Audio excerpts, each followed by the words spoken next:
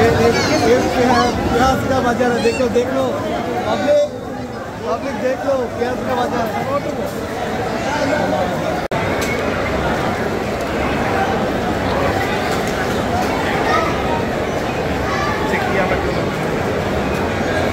Hello everyone, assalamu alaikum. It's me Sarar Rahman Babu from United Arab Emirates. Today I back with another vlog. This is the vlog number 7. আশা করি সবাই প্রথম থেকে শেষ পর্যন্ত continue করবেন ব্লগটা। আজকে চলে আসছি grand opening Al Safari super market from United Arab Emirates Ras Al Khaimah. এই প্রথম কোনো মার্কেটের উদ্বোধনী দিনে আমার আশা, আমি আসলে এটা নিতে পারি নাই। শেষ পর্যন্ত ব্লগটা কন্টিনিউ করেন, আপনারাও আশা করি নিতে পারবেন না। তার মধ্য থেকে আমরা একটা নাচ এবং গানের ভিডিও দেখি।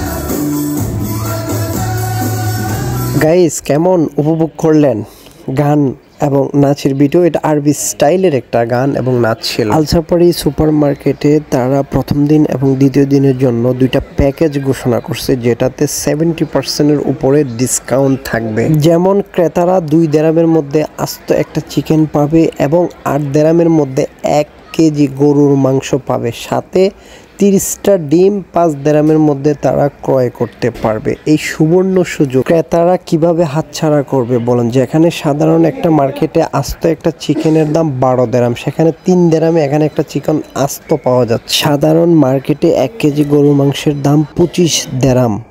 আল সাফারি মার্কেট তাদের 2 দিনের জন্য তারা অফার করছে 8 দিরহামে আপনি 1 কেজি গরুর মাংস কিনতে পারবেন। এমন করে আরও প্রত্যেকটা জিনিসের উপরেই তারা বিশাল ছাড় দিয়েছেন। এই সুযোগ প্রবাসী বাংলাদেশিরা লুপে নেওয়ার জন্য তারা সবাই ভিড় করছেন আল সাফারি সুপার মার্কেটে।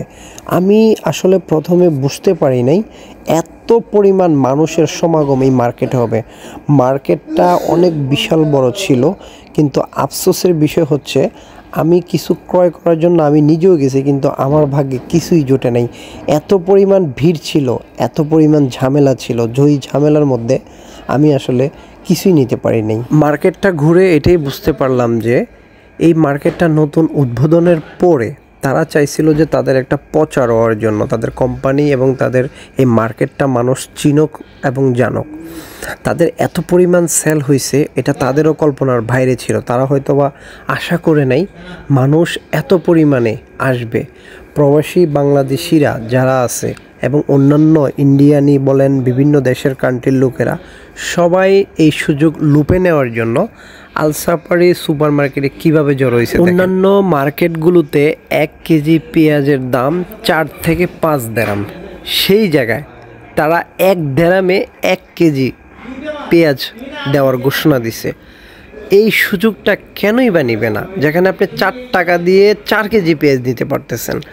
মানুষ হুমড়ি খেয়ে পড়ছে। এই পরিমাণ ভিড় দেখে আমার আসলে কিছু নেওয়ার ইচ্ছেটা একদম মরে গেছে। আমি চিন্তা করতেছি ভাই তোমরা নিজেরাও নাও, সবাইকে নেওয়ার জন্য একটা পরিবেশ তৈরি করে দাও। কে শুনে কার কথা ভাই? বিশ্বাস করেন আমি নিতে পারি নাই, আশা করি আপনারাও নিতে পারবেন না। মানুষ কি পরিমাণ হুমড়ি খেয়ে পড়ছে, এই পেঁয়াজের দৃশ্যটা আপনাদেরকে একটু দেখাই, আপনারা একটু দেখেন কি যে একটা অবস্থা।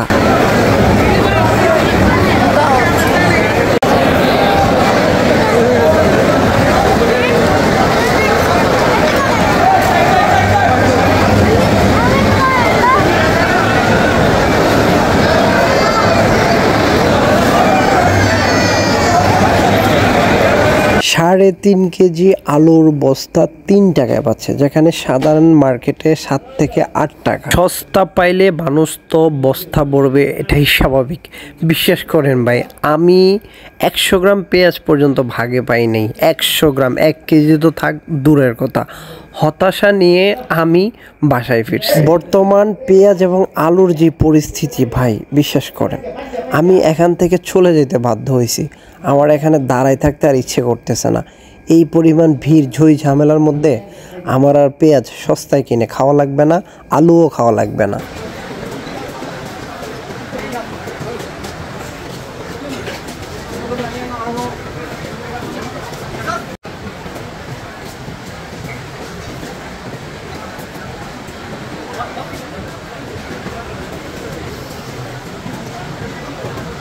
এই পরিবেশে আসলে আমার থেকে কোনো কিছু নিতে একেবারে রুচি নষ্ট হয়ে গেছে। বিশ্বাস করেন ভাই, যেখানে নারী পুরুষ সমানভাবে, নারীদের লজ্জা তো কমেই গেছে।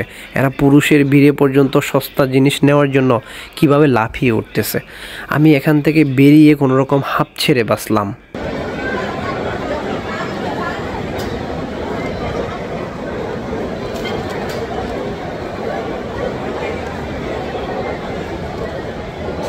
মার্কেট কর্তৃপক্ষ বিনোদনের জন্য তাদের ক্রেতাদের আকর্ষণ করার জন্য কিছু বিনোদন স্পেস রাখছে, যেখানে বিভিন্ন ধরনের মানুষ বিভিন্ন রকমের আকৃতি সেজে তারা মানুষকে বিনোদন দেওয়ার চেষ্টা করতেছে। আমি ভাই বেরিয়ে মনে হলো আমি হাঁপ ছেড়ে আমার দম বন্ধ হয়ে যাওয়ার মতো অবস্থা হয়ে গেছে। বাইরে বেরিয়ে দেখলাম বড় ভাইরা শূন্য হাতে, তার মানে তারাও কিছু নিতে পারে নাই। হতাশ, বড়ই হতাশ। ভাইদের বললাম হতাশ হওয়ার কোনো কারণ নাই, আমরা অন্য একটা মার্কেটে যাব, সেখান থেকে আমাদের প্রয়োজনীয় জিনিসপত্র আমরা নিয়ে নিব। গাইজ, বলতে বলতে ভিডিওর শেষ প্রান্তে চলে আসি। এতক্ষণ পর্যন্ত তো আপনারা দেখলেন আমার দম বন্ধ হয়ে যাওয়ার গল্প।